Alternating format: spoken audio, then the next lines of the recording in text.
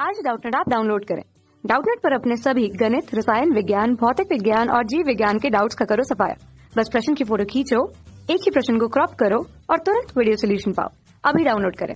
Hello दोस्तों, हमारा प्रश्न है 15 सेंटीमीटर फोकस दूरी वाले अवतल दर्पण के सामने इसकी मुख्य अक्ष पर 4 सेंटीमीटर लंबाई की वस्तु मुख्य अक्ष के लंबवत दर्पण से 25 सेंटीमीटर दूरी पर है। पर्दे पर वस्तु का स्पष्ट प्रतिबिंब प्राप्त करने के लिए पर्दे को कहाँ रखा जाए?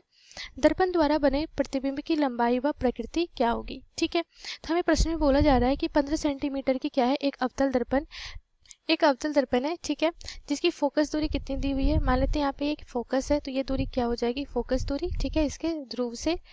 तो F बराबर कितना हो जाएगा? 15 सेंटीमीटर। अब बात करते हैं चिन्ह की। ठीक, तो जो भी किरणें होती है, आपतित किरण के दिशा में क्या होता है? हमारा प्लस साइन होता है और ये इसके विपरीत दिशा में ऋणात्मक चिन्ह होता है। तो ये जो हमारा फोकस होता है, ये क्या होता है? ये ऋणात्मक चिन्ह इसके लिए होता है, तो फोकस दूरी क्या हो जाएगी? इसके लिए ऋणात्मक हो जाएगी। ठीक है, अब बोला जा रहा है कि 25 सेंटीमीटर की दूरी पे, मतलब ध्रुव से सारी दूरियां मापी जाती है, तो 25 सेंटीमीटर दूरी पे क्या रखी गई है? एक वस्तु रखी गई है जिसकी ऊंचाई कितनी है, मतलब जिसका आकार या फिर ऊंचाई कह सकते हैं HO। ये कितने दे रखी है हमें? 4 सेंटीमीटर है। ठीक है, इसके लिए चिन्ह की अगर हम बात करें तो मुख्य अक्ष के ऊपर जो होता है वो धनात्मक होता है और नीचे हम क्या लेते हैं? ऋणात्मक लेते हैं। ठीक है, यहाँ पे वो एक वस्तु रखी गई है, ये रखी गई है 25 सेंटीमीटर की दूरी पे। तो यहाँ पे वस्तु की दूरी U बराबर हम क्या रख देंगे? -25 सेंटीमीटर चिन्ह के साथ, क्योंकि ये क्या है? ऋणात्मक है। ठीक है, अब पर्दे पर वस्तु का स्पष्ट प्रतिबिंब प्राप्त करने के लिए पर्दे को कहाँ रखा जाए? पर्दे को रखने का क्या मतलब है कि हमें प्रतिबिंब की दूरी ज्ञात करनी है, क्योंकि प्रतिबिंब की दूरी हम निकाल लेंगे तो चूंकि प्रतिबिंब क्या हो रहा है? पर्दे पे प्राप्त हो रहा है, तो वहां से हमें पर्दे की दूरी निकल जाएगी। ठीक है, तो यहाँ से हम दर्पण सूत्र से जाएंगे, क्या होता है? 1/V जोड़ 1/U बराबर 1/F के बराबर। ठीक है, V क्या है? ये प्रतिबिंब की दूरी या फिर हम पर्दे की दूरी कह सकते हैं। ठीक है, तो ये हो जाएगा यहाँ से 1/V बराबर 1/F माइनस 1/U के बराबर। तो यहाँ से क्या आ जाएगा? 1/V बराबर 1/F का मान है कितना? -15 माइनस 1/-25। ठीक है, तो हो गया 1/V बराबर -1/15, ये हो गया जोड़ 1/25। ठीक है, यहाँ पर एलसीएम लेते हैं, ये हो गया 75, ये कितना हो गया? -3, ये कितना ये हो गया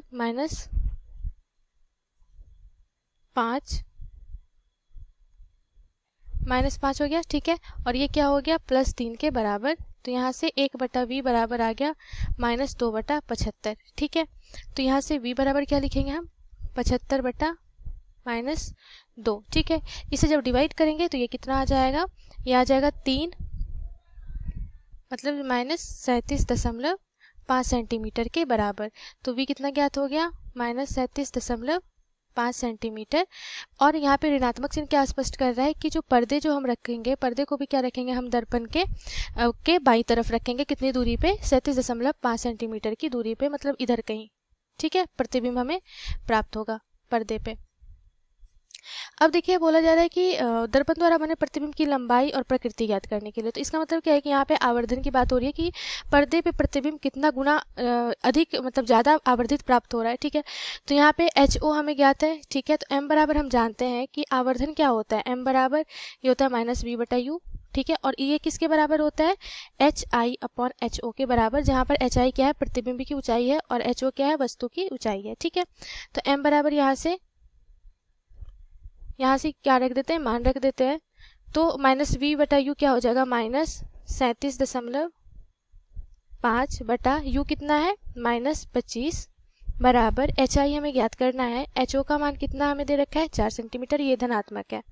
ठीक है, तो यहाँ से क्या आ जाएगा? HI बराबर, यहाँ से ये क्या हो जाएगा? माइनस प्लस, तो ये हो जाएगा कितना? 4 × 37.5/25।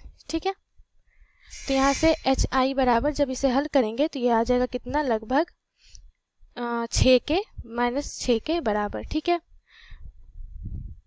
यहाँ पे ये क्या आ गया? सेंटीमीटर में आ गया। ठीक है, और यहाँ पे देखिए ऋणात्मक चिन्ह क्या शो कर रहा है कि यहाँ पे HI जो है, मतलब प्रतिबिंब जो बनेगा, ठीक है, वो क्या बनेगा? वो उल्टा बनेगा। मतलब ऊंचाई की बात हो रही है, मतलब कहीं ये जो प्रतिबिंब बनेगा वो नीचे प्राप्त होगा, मुख अक्ष के नीचे प्राप्त होगा। मतलब जो वस्तु है उसका क्या होगा? उल्टा प्रतिबिंब हमें ज्ञात होगा। ठीक है, तो प्रकृति क्या हो जाएगी? दर्पण द्वारा प्रतिबिंब जो होगा वो वास्तविक और उल्टा होगा। वास्तविक और, क्योंकि पर्दे पे प्राप्त पृथ्वी में क्या होता है, वास्तविक होता है, और ये क्या हो गया, उल्टा प्राप्त होगा।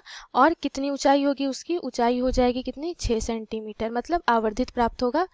ये ऊंचाई कितनी होगी, 6 सेंटीमीटर के बराबर। ठीक है, तो यही हमें प्रश्न में याद करना था। धन्यवाद। कक्षा 6वीं से 12वीं से लेकर नीट, IIT, JEE वो एडवांस के लेवल तक 1 करोड़ से ज्यादा छात्रों का भरोसा। आज ही डाउनलोड करें डाउटनेट ऐप या व्हाट्सएप करें अपने सारे डाउट्स 8400 400 400 पर।